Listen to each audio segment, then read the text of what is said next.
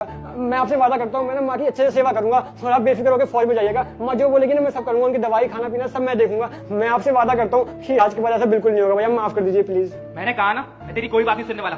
तू अपना सामान पैक कर और निकल जा यहाँ से। जतिन बेटा कोई बात नहीं, है तो तेरा छोटा भाई, माफ कर दे इसको, वरना इसकी पूरी जिंदगी बर्बाद हो जाएगी।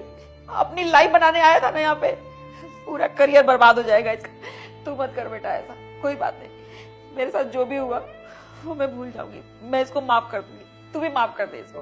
अरे शर्म कर, अब तो तुझे शर्म आ जानी चाहिए। तूने माँ के साथ इतना गलत व्यवहार किया, उनके ऊपर हाथ उठाया, अत्याचार किया, उसके बावजूद भी माँ तुझे माफ करने के लिए तैयार है।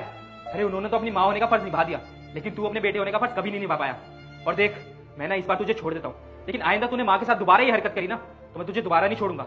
और मेरी ना एक बात ध्यान रखियो कि ना हमारी माँ है, हम दोनों को मिलकर इनकी सेवा करनी चाहिए, और आइंदा ऐसी गलती कभी मत करना।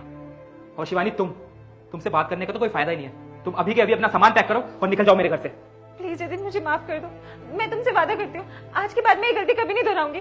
बस एक आखिरी मौका दे दो मुझे। अगर तुमने मुझे घर से बाहर निकाल दिया तो मैं कहाँ जाऊंगी जतिन? और अगर ये बात समाज में फैल गई तो मेरे मम्मी पापा तो कहीं मुंह दिखाने लायक नहीं बचेंगे ना। प्लीज जतिन मुझे माफ कर दो, मैं मम्मी जी का बहुत ख्याल रखूंगी, उनके साथ कभी भी ऐसे व्यवहार नहीं करूंगी। और जतिन मेरे बारे में नहीं तो कम से कम मेरे परिवार वालों के बारे में सोच लो।